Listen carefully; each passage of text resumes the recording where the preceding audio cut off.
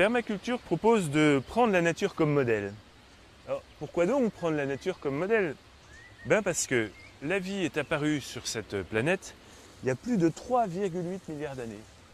Et ça a donné ça, ce monde incroyable qu'on a la chance d'habiter. Elle a surmonté d'innombrables obstacles pendant toute cette évolution et elle n'a eu de cesse d'évoluer vers des formes de vie de plus en plus sophistiquées et même réussi à coloniser tous les milieux possibles, depuis la très très haute atmosphère jusqu'aux fosses marines les plus profondes. Et on peut considérer que la nature, c'est un réservoir de solutions absolument incroyables, des solutions simples, efficaces, longuement éprouvées dans toutes les conditions possibles et imaginables, et qui peuvent nous inspirer, à nous autres êtres humains, des solutions justement pour sortir par le haut de cette méga crise sociale, environnementale qu'on a nous-mêmes générée. Et si la permaculture propose de s'inspirer de la nature, de se mettre à son école, c'est pour imaginer des installations humaines qui fonctionnent, tant que faire se peut, comme des écosystèmes. Pour cela, encore faut-il bien connaître et comprendre les milieux naturels. Les écosystèmes fonctionnent en boucle. Ils sont très économes en intrants, très économes en énergie, généralement productifs, autonomes, résilients. Et en plus, chaque écosystème apporte une contribution à la vitalité, à l'équilibre de l'ensemble de la biosphère. Et leur grand secret, c'est que tous les composants de l'écosystème sont reliés. Ils interagissent. Chaque élément profite des uns, mais il profite également aux autres. Les déchets de l'un sont les ressources de l'autre. Et le tout est plus que la somme des parties.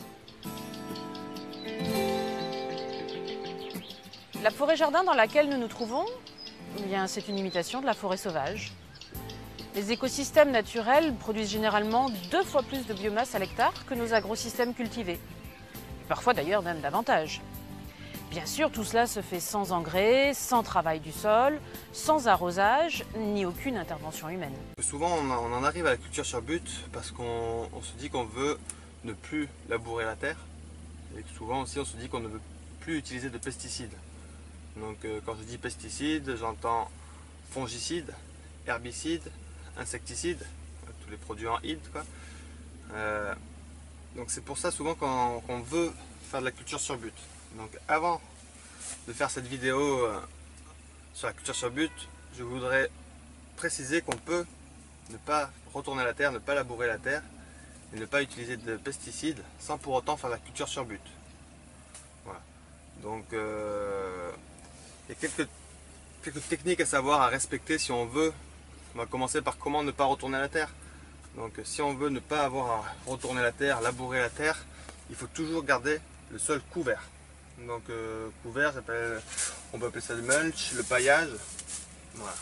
Un sol toujours couvert. Là ici, autour de moi, j'utilise énormément de paillage. Mon sol est couvert, énormément couvert. Donc il y a au moins, là il y a au moins 20 cm de paillage sur le sol.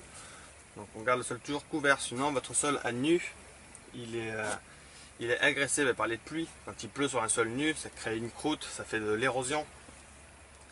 En été, quand le soleil tape sur les zones nues, sur la terre à nu, ça brûle toute la vie du sol. Il n'y a pas de vie du sol dans une terre nue.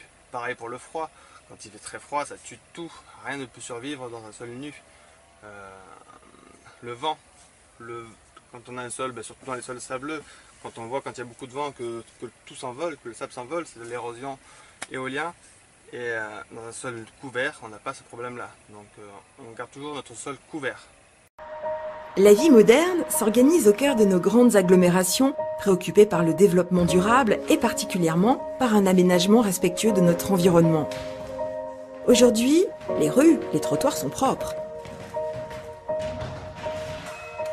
Bref, nous avons oublié que nous produisons chacun 390 kg de déchets par an.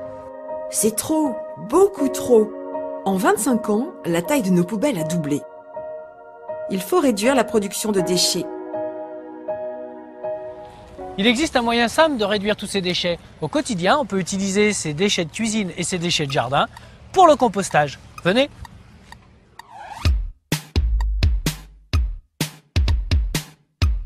Pascal est maître composteur, c'est-à-dire qu'il connaît les pratiques d'un jardinage citoyen et il va nous en livrer les secrets. Nous voici donc sur la plateforme de compostage. Comme vous pouvez constater, nous avons ici différents types de composteurs. Composteurs plastiques, des composteurs bois. Nous allons donc pouvoir utiliser des déchets de jardin et des déchets de cuisine afin de produire du bon compost. Il existe donc plusieurs types de composteurs. Des composteurs plastiques avec des trappes latérales qui permettent de récupérer le compost ou des composteurs qui permettent de s'ouvrir en façade, comme ceci.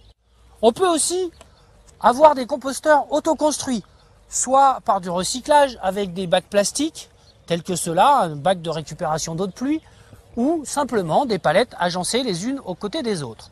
Composteur bois, composteur plastique, peu importe. Ce n'est qu'une question d'esthétisme.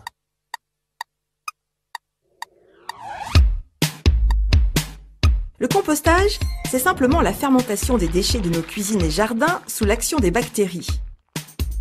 Le résultat, c'est un humus brun qui devient un engrais naturel, biologique et performant.